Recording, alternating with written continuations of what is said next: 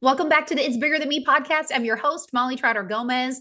I am so excited for our guest today. This is one of my newer friends. I met her at this amazing organization that I just found out about not that long ago called the Christian Chamber of Commerce. Now, this is something that is rapidly growing all over the United States. So I highly recommend you seeing that if it's in your area. Because when I stumbled upon this group, it was one of those like, where has this been? All these amazing Christian business owners coming together, bringing their ideas, opening up their networks, generosity of their time and connections. And the very first meeting I went to in San Diego with their Christian chamber, Miss Maria Keckler, she was the speaker. And I just sat there in the audience and I remember sitting back in my chair, Maria, being like, wow, the depth of the stories you were telling, the information that you were sharing. And I just remember how I felt in the moment. I wish I could repeat all the things that you said, but I remember how you made me feel. I remember I was like, wow, this woman has so much wisdom and weight to her words and just really moved the room. And obviously, you can see the PhD on the end. Like, she is somebody that goes in and does the research. But today, I'm very excited for the topic. I'm not going to spoil it yet. You're going to have to wait because she has a beautiful setup of really what's been, you can call it trending or expanding in a world that is rapidly attaching itself to AI. However, there are other things that are coming into play that are definitely bringing a relational element and really prioritizing that. So I'm just going to leave it at that. But Miss Maria, thank you so much for coming on the show. Oh, Please let people at the that are listening to this or even watching this learn a little bit more about your background and who you are. thank you so much, Molly. It was so delightful to meet you, and I'm so delighted to be here. So I am someone that wears many hats. I am a researcher. My research is on the problem of declining empathy in the field of healthcare. And I'm also a writer, and I also work with a few clients every year to help them elevate their influence and their communication and leadership. And what got you into that? I mean, there is so much to you. Of all the conversations that Yeah. we've had, all the articles that I've even written, she writes beautiful, in depth articles on LinkedIn, and we'll get to that a little bit later. But like, why that area specifically? So my research specifically. Yes. It's so interesting how you end up doing what you're doing. For me, I never planned to be what I am today, but I found myself helping a lot of people improve their communication. This was an area that for me was pivotal. I want to tell you a little story because I think it'll frame it for your listeners. I told this story when I met you, right? When I was growing up in Mexico, my dad would play chess with me. He taught me how to play chess when I was 6, and every night after dinner, he pull out the chessboard and we play. He really wanted to raise a chess champion. And so he had the books and it was all very serious. I didn't like to lose, but I did lose a lot. And when I thought, okay, I have lost almost all my pieces, it's time for me to walk away, he would always pull me back and he would say, just wait, let me show you something. And he would reach across the board and move a piece for me. And just like that, I was back in the game. And this is the phrase that really changed everything for me. I didn't know it at the time, but he said, just remember that just one pivot can change the momentum of the game. Just one pivot can change the momentum of the game. And that to me became really the legacy that he left me. He died very young. He was 39 when he was gone.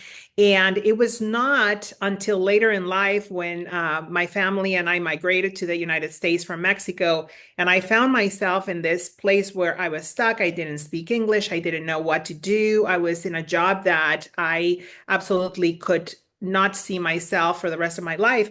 And it just came back to that question. What is the pivot? What is the best next move?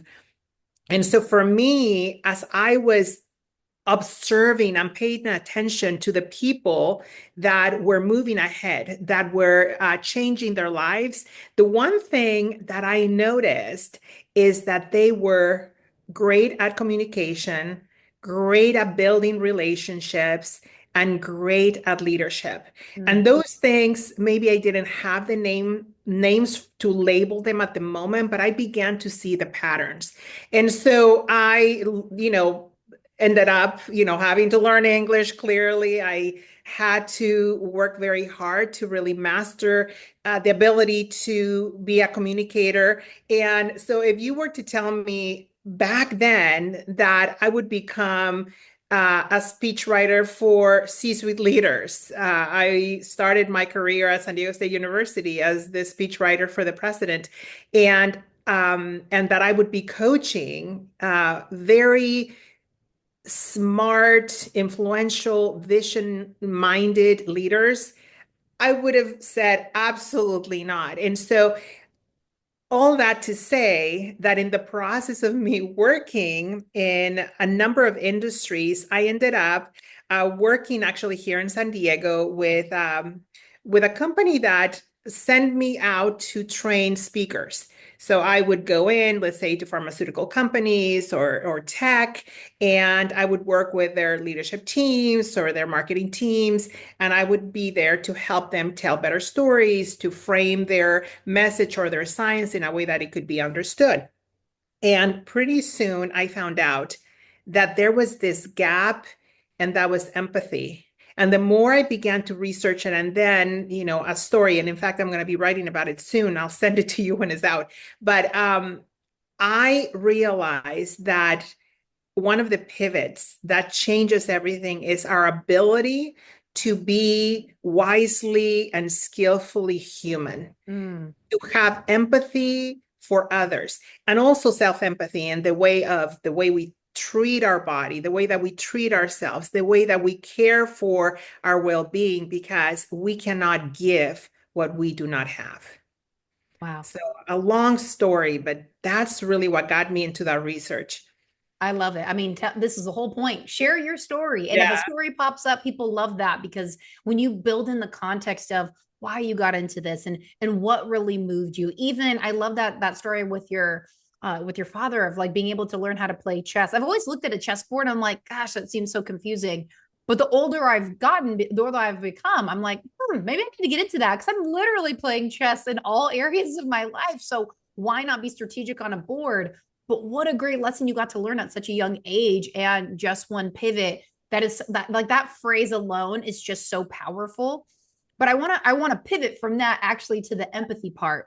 That right there, I mean, gosh, this we could probably go for hours talking about empathy and how so much of that in the workplace and actually just in life in general has been lost because people are like, you just got to do what you need to do, like just focus, buckle down, like, get to it. And I know that's kind of how I was raised. Empathy wasn't really a thing. I don't think my parents had that in their home either. So, they did the best that they could. But as I've gotten older, I've had to learn quite a bit of it. And in a world of let's just take business and AI and automations and let's automate everything in our life that we can, there are some downfalls to that, right? Including we're sucking out even the little empathy that we have left for people because we're still serving people at the end of the day.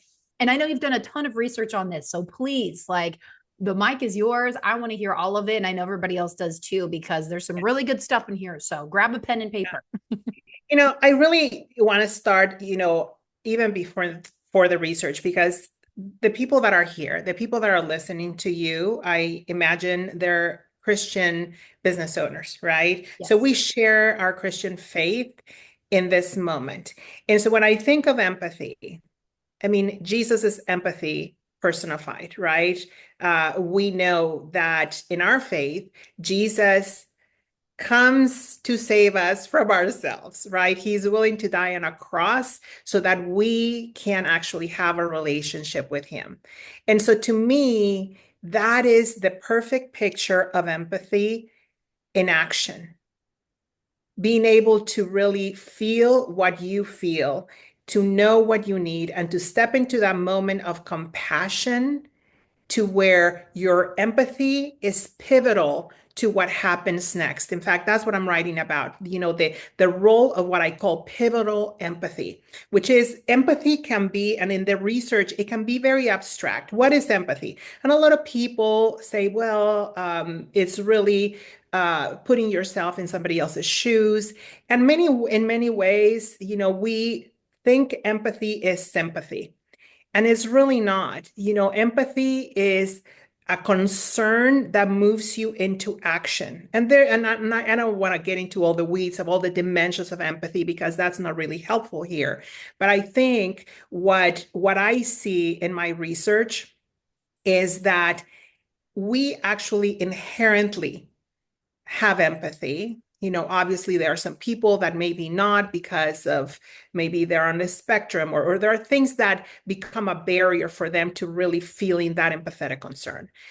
But I think that for the majority of us, we inherently are wired to care for others. Mhm. You may think, and I totally relate to what you just said about, empathy wasn't a big thing. And I don't know if you would agree with this, but I think when you are a type A person, and I am one, where you're driven and you have a goal and you go after it and you just like a dog with a bone, you Yeah, don't let it go. It almost feels as if you don't have empathy. But really, do you have children? not yet.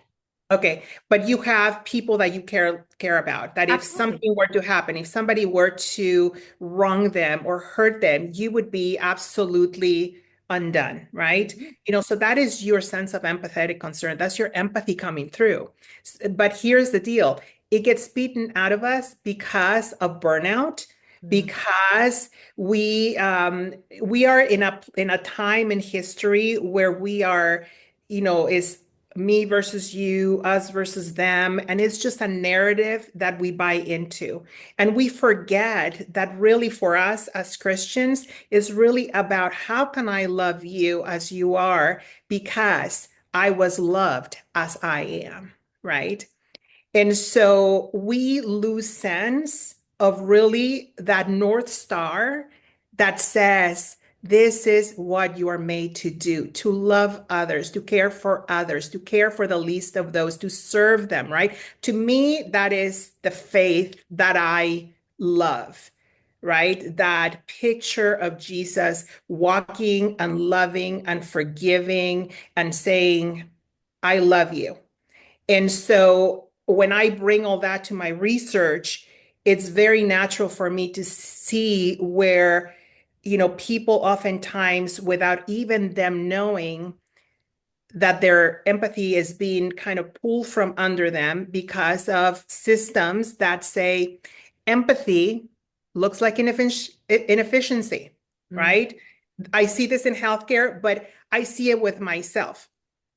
If I stop to call you on the phone, to pause what I'm doing, to give you a hug, to do whatever, oh, but I have so many other things to do, right? So empathy in real life looks like inefficiency, like we're wasting time. Mm. And so for me, what I look at in the research is how do we change the game? How do we shift our way of looking at people and each other?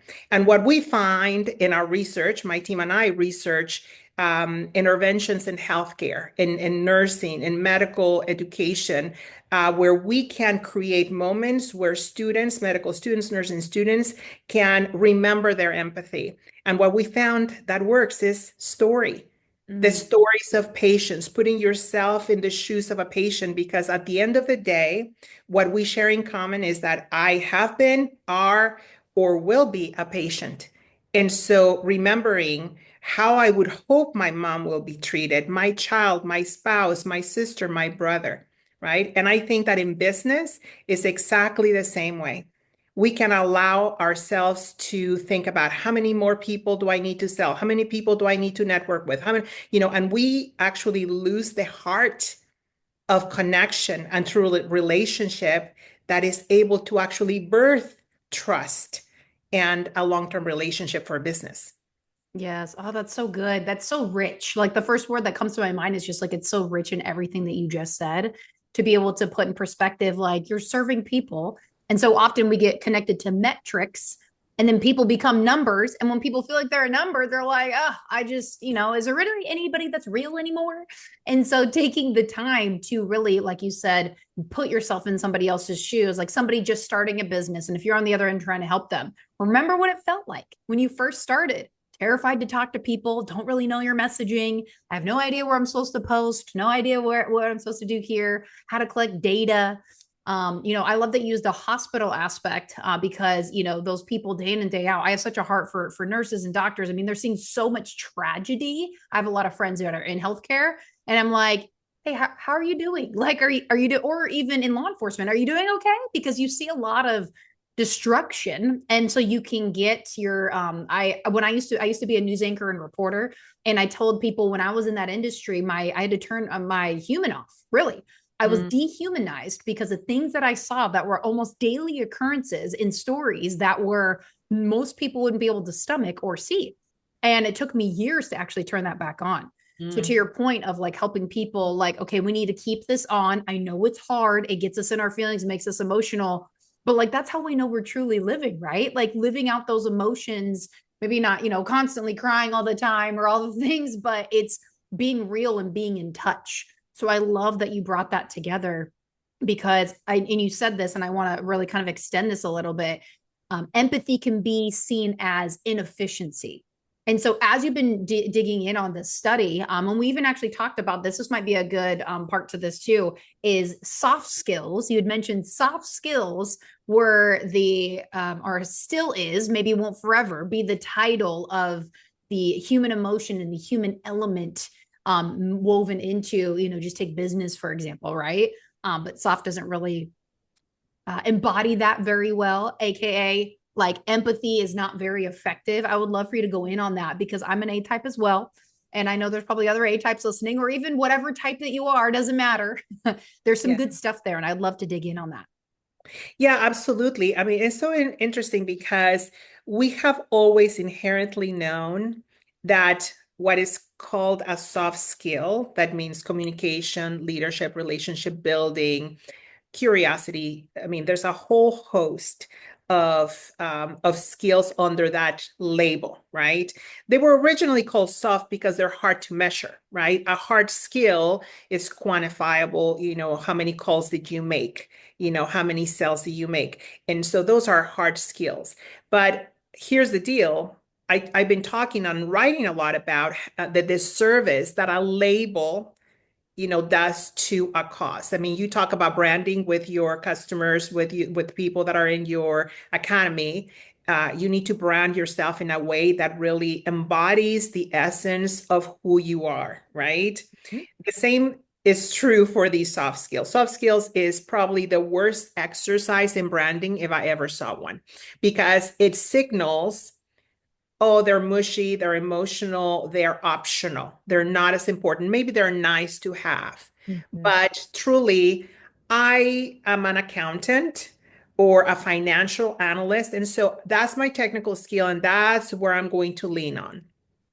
Here's the deal now with AI. We are seeing massive disruption where those technical skills are really the entry ticket to building a relationship. A lot of these jobs, and even as businesses, I imagine that some of your business owners are having to think, what does this mean for the future of my business? And if they are not thinking about it, they should, Yes. because it's going to revolutionize how we do business. But here is the deal. The skills that I am now on a mission to rebrand as structural skills, the skills that give everything the foundation and the structure and the strength when everything else is collapsing, when everything else is changing, are the very ones that are going to be the differentiators. And so I'm talking about skills beyond just the labels of communication. Like, for instance, one of my articles actually just went viral. It's called strategic curiosity, right? This is the skill that shifts attention. And so I tell a story of how I first learned that as a young person just entering my career. I was in the banking industry. And there was this VP of operations. Her name was Carolyn. And she just had this just Zen, calm, effortless, dignified presence about herself. And we would get into these board meetings, and I would just be sitting on the silence. I was the young gal just taking notes. And I would notice that when things just got out of hand, when people were disagreeing, when people were just getting very boisterous about their belief or their agreements, she would just sit there and then she would ask a little question, you know, did you really mean it that way?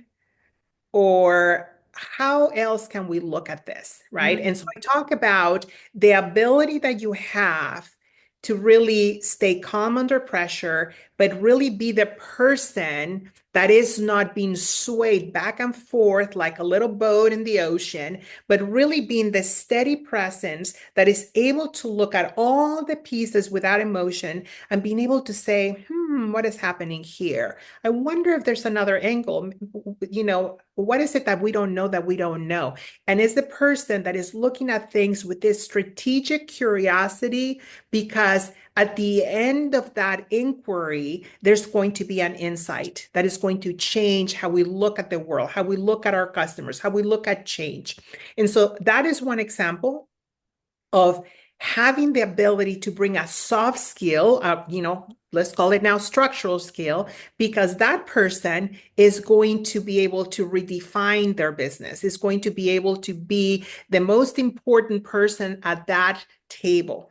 And so for us now, that anyone that has put off mastering these skills, communication, persuasion, influence, now is the time to say, oops, better get good at that, because my tech skills, my technical expertise are just the entry ticket.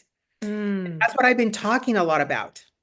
I mean, there's so much goodness in there, so many great examples. And it's like the things that make you you, those are the things that are coming back, which, by God's design, it's like, hey, okay, we're going to advance with technology, but watch what I deem is important. Watch what people actually connect with and what really matters, refining, communicating, connecting. Both you and I have great communication skills from a number of different things we've had in our background. And so we know that actually speaking is one of the highest paid skill sets you can have, but speaking effectively also helping people feel heard, being an active listener, like really being able to, like you said, did you really mean that? Or how did I heard it this way? Is this how you intended it? That can, I mean, set either you go sharp left or sharp right with how somebody is interpreting Yeah, what you're saying. 100%.